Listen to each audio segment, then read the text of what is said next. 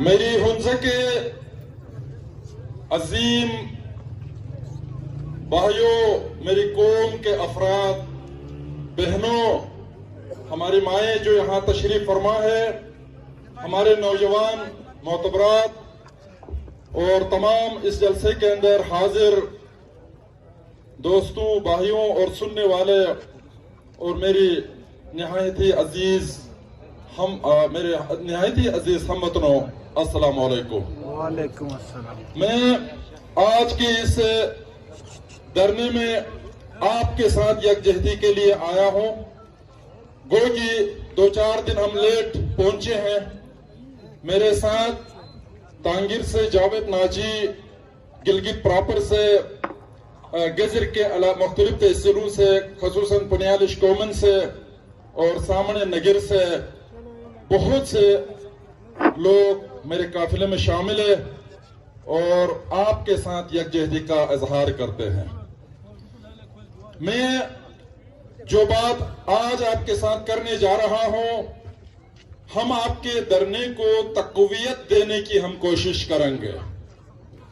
ان اپنی باتوں سے آپ کے دھرنے کو خراب کرنے کی کوشش نہیں کریں گے۔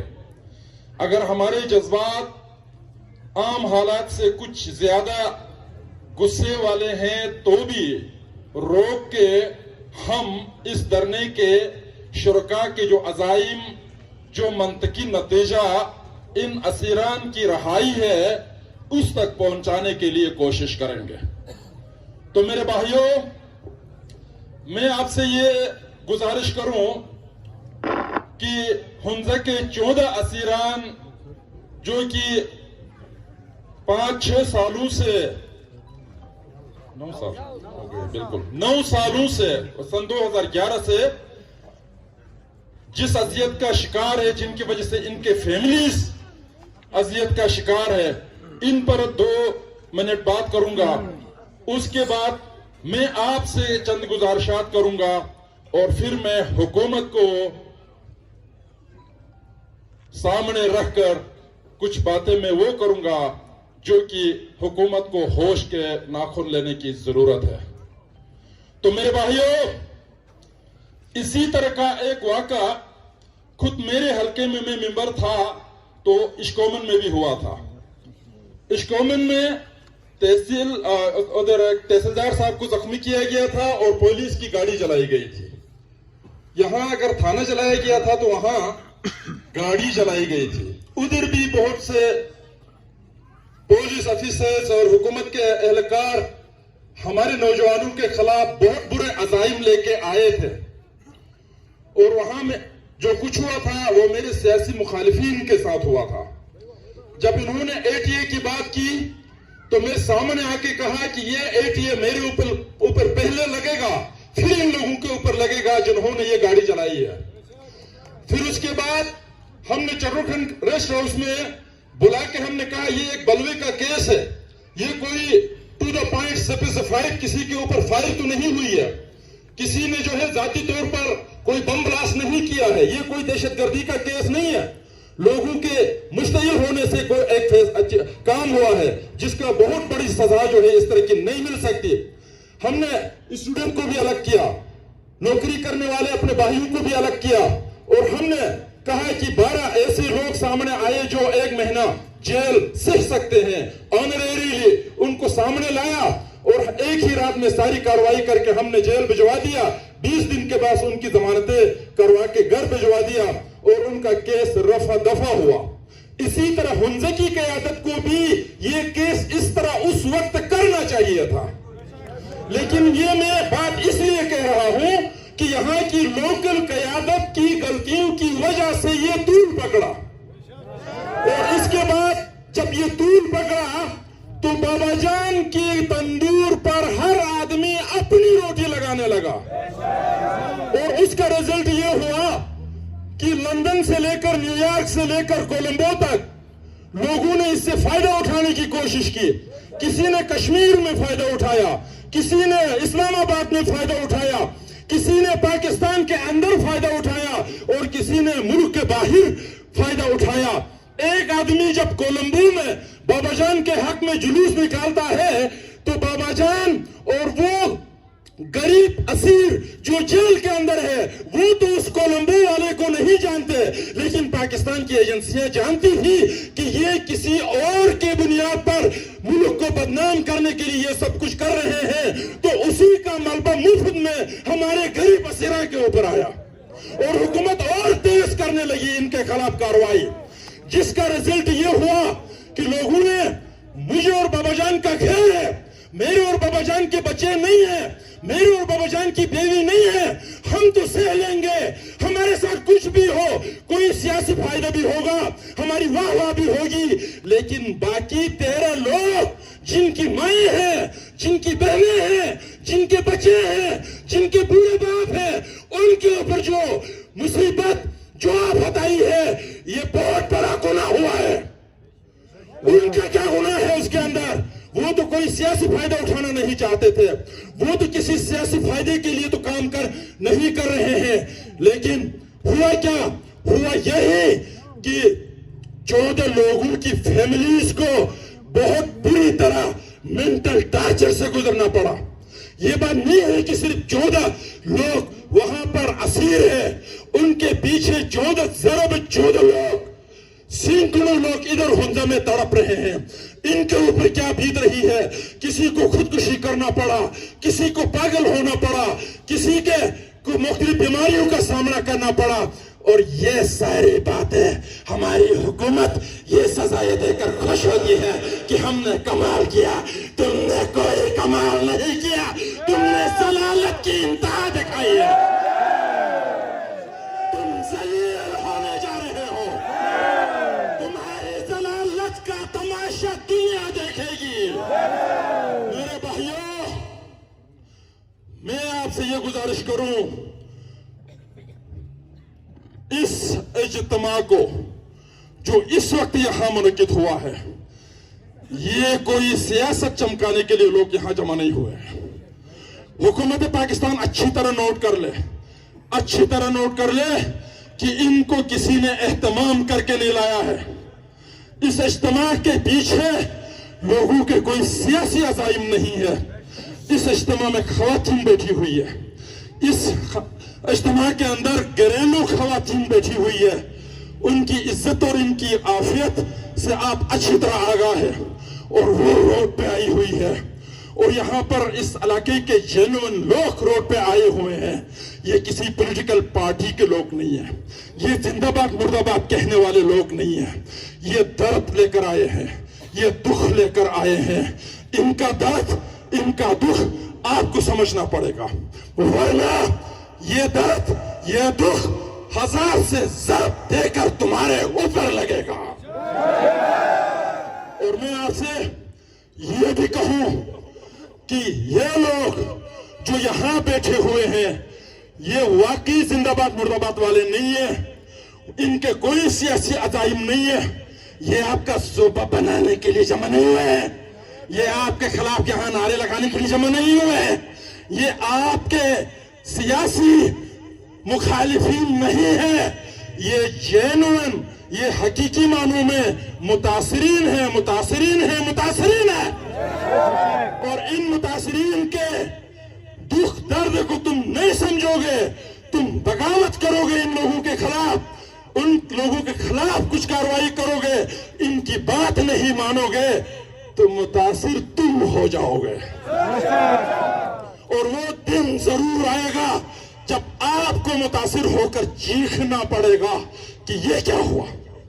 اس سے پہلے میں اقتدار میں بیٹھے ہوئے لوگوں کو یہ کہنا چاہتا ہوں کہ لوگوں کے نفس پر انگلی رکھ کے دیکھے کہ لوگ کیا کر رہے ہیں، لوگ کیا سوچ رہے ہیں۔ میں آپ سے یہ بھی کہنا چاہوں گا کہ یہ کوئی لاہور نہیں ہے کہ 10-20 آدمی مر جائیں گے اور بات ختم ہوگی، یہ ملتان بھی نہیں ہے، یہ ساہیوال اور چکوال نہیں ہے، یہ آپ کا اسلام آباد اور راول پنڈی نہیں ہے، یہ آپ کا پشاور نہیں ہے کہ 2 قادیانیوں کو مار کے تماشا کرو گے تو دنیا خاموش ہو جائے گی، یہ آپ کا کراچی اور کوئٹہ بھی نہیں ہے، یہ دنیا کا پھل قلم ہے، یہ دنیا کا مرکز ہے، یہ آپ کا قلعہ ہے، قلعہ۔ اگر اس قلعے میں کسی طریقے سے اگر رسی پھنس گئی تو تمہاری جان نکل جائے گی اور تمہیں سانس لینا ممکن نہیں ہوگا، اور آپ چین سے سی پیک بنا رہے ہیں اور حمزہ کے لوگوں کو ڈرا رہے ہیں۔ یہ نہیں ہو سکتا، یہ نہیں ہو سکتا، نہ ماضی میں ہوا، نہ آج ہوگا، نہ کل ہوگا۔ تو میرے بھائیوں، میں آپ سے گزارش کروں، میں اس سے سخت بات کر کے آپ کے دھرنے کو نقصان نہیں پہنچانا چاہتا، بس اتنی بات کافی ہے۔ ہم آپ کے ساتھ یکجہتی کے لیے آئے ہیں، ہم آپ کے ساتھ بیٹھنے کے لیے آئے ہیں، اور اس دھرنے کو آپ آگے بڑھائیں۔ کوئی بھی پولیٹیکل موومنٹ لمبا کھینچنا پڑتا ہے، جذباتیات سے کام نہیں ہوتا۔ میں سب سے زیادہ جذباتی آدمی ہوں، لیکن ریلائز یہ ہم نے کیا ہے کہ آپ ایک دم سے اوپر جذبات میں نہیں، یہ ہولے ہولے چلائے، لمبا چلائے اور اتنا چلائے کہ 14 اسیران کو حکومت چھوڑ کے آپ کے سامنے لانے پر مجبور ہو، اور یہ مجبوری انشاءاللہ تعالی ہوگی، اور اس میں کوئی دو رائے بھی نہیں ہے۔ آپ کے ساتھ پنگن نہیں لیا جا سکتا ہے، یہ دنیا بھی اچھی طرح جانتی ہے، یہ حکومت پاکستان بھی اچھی طرح جانتی ہے، تو لہٰذا ہم کوئی ناجائز بات بھی نہیں کرتے۔ ٹھیک ہے تھانہ جلا ہے، ٹھیک ہے جی، ہم نے مانا، اگر تھانہ جلا ہے تو ایک آدمی نے بم کا دھماکہ تو نہیں کیا ہے، ایک آدمی نے جا کر آگ تو نہیں لگایا ہے، یہ تو ایک اجتماعی طور پر ایک لوگ مشتعل ہجوم کی طرف سے ہوا ہے، اور مشتعل ہجوم کی طرف سے جو کچھ بھی ہوتا ہے وہ کوئی لا افسر یہاں پر بتائے گا، کوئی قانوندان بتائے گا کہ اس پر اتنے بڑے جرم نہیں ہوتے ہیں جتنے بڑے جرم جو ہے آپ نے ان کو اوپر سزائیں دے کے ثابت کرنے کی کوشش کی ہے۔ اسمبلی کے اندر بھی یہ بات ہوئی، اس وقت پیپلز پارٹی کی حکومت تھی، میں نے ادھر کہا تھا کہ پیپل پارٹی والوں، تم بنگال نہیں بچا سکے ہو تو تم گوجال بچا سکتے ہو۔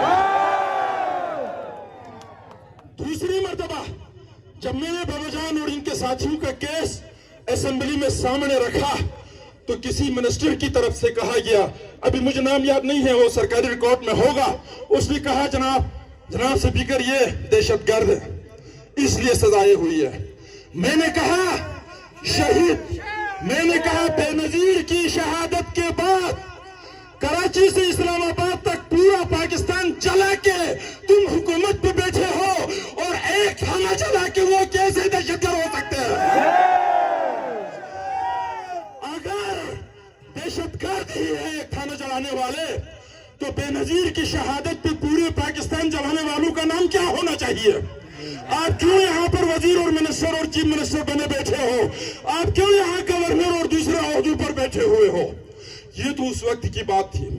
مسلم لیگ کے زمانے میں مسلم لیگ والوں کا خود کا بھی بڑی ہمدردیاں ہمیں نظر آتی تھی کہ جناب اس کیس میں حمزہ کے اسیروں کے ساتھ اچھی باتیں نظر آتی تھی، لیکن آپ کو پتہ ہے پاکستان میں حکمران کون ہوتا ہے اور حکمرانوں کی خدمت کون کرتا ہے؟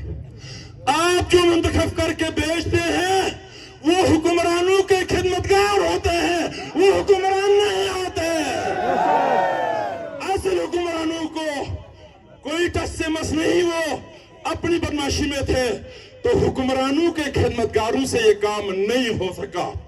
اور میں آپ کو یہ بھی بتاؤں، آپ کہیں گے کہ آپ بھی اس اسمبلی میں کیوں جاتے ہیں، میں یہی کہنا چاہتا ہوں، اور واقعی حکومت ہوتی، واقعی اقتدار ہاتھ میں آتا، واقعی اختیارات ہاتھ میں آتے تو نواز ناجی اس مہدی شاہ اور حفیظ الرحمان کو موقع دیتا، وہ تمہیں خدا تھا۔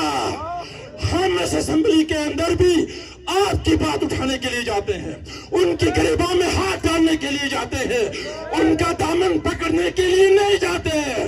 آپ ایسے لوگوں کو اسمبلی میں بھیجے جو کسی کا دامن نہ پکڑے، گریباں میں ہاتھ ڈالے۔ اگر گریباں میں ہاتھ ڈالیں گے تو آپ کے اجتماعی مسائل کا بھی حل نکلے گا۔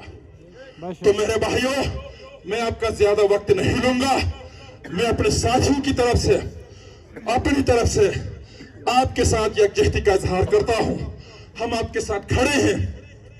آپ کی کمیٹی جو حکم کرے گی ہم اسی پہ عمل کریں گے۔ ہم اپنے طور کوئی قدم نہیں اٹھائیں گے۔ آپ جو کہیں گے اسی مطابق ہم اس کو اوبے کریں گے، اس کا ساتھ دیں گے انشاءاللہ تعالی۔ اور اس کے علاوہ میں آپ سے یہ گزارش کروں کہ ہماری مائیں، ہماری بیٹیاں، ہماری بہنیں ہمت رکھے، ہمارے بھائی، ہمارے نوجوان ہمت رکھے۔ اس دنیا میں زندگی بہت مختصر ہے، کوئی فرق نہیں پڑتا ہے۔ آپ کتنی اچھی زندگی گزارے، لگژری زندگی گزارے، دولت جمع کرے، آپ بڑے حسین و خوبصورت ہو، آپ میں کتنی بھی طاقت ہو، یہ ساری چیزوں نے ختم ہونا ہے۔ اگر کسی چیز نے باقی رہنا ہے تو واقعات نے رہنا ہے، کرداروں نے رہنا ہے، اور عمل نے رہنا ہے باقی۔ اور آپ ایک اچھے عملی شخص ہو، آپ ایک اچھا کردار ادا کرے، آپ ایک تبدیلی کے لیے کام کرے، آپ انسانوں کے لیے بہتری کے لیے کام کرے، ظلم کے خلاف مر مٹنے کے لیے تیار ہو، اور مظلوم کے حق میں مر مٹنے کے لیے تیار ہو، اور ظلم کا خاتمہ اور ظالم کے حق میں آپ ساتھ دینے کی کوشش کرے۔ آسمان کی طاقت آپ کے ساتھ ہوگی۔ میرے بھائیوں، زمین پہ کوئی بھی طاقتور نہیں ہے، سارے کمزور ہے۔ جو طاقت دکھاتے ہیں وہ اصل میں نہیں ہے۔ طاقت سچائی میں ہے، طاقت حق میں ہے۔ اللہ حقیقت میں حق اور سچ کا نام ہے، باقی سارے صفات ہیں اس کے۔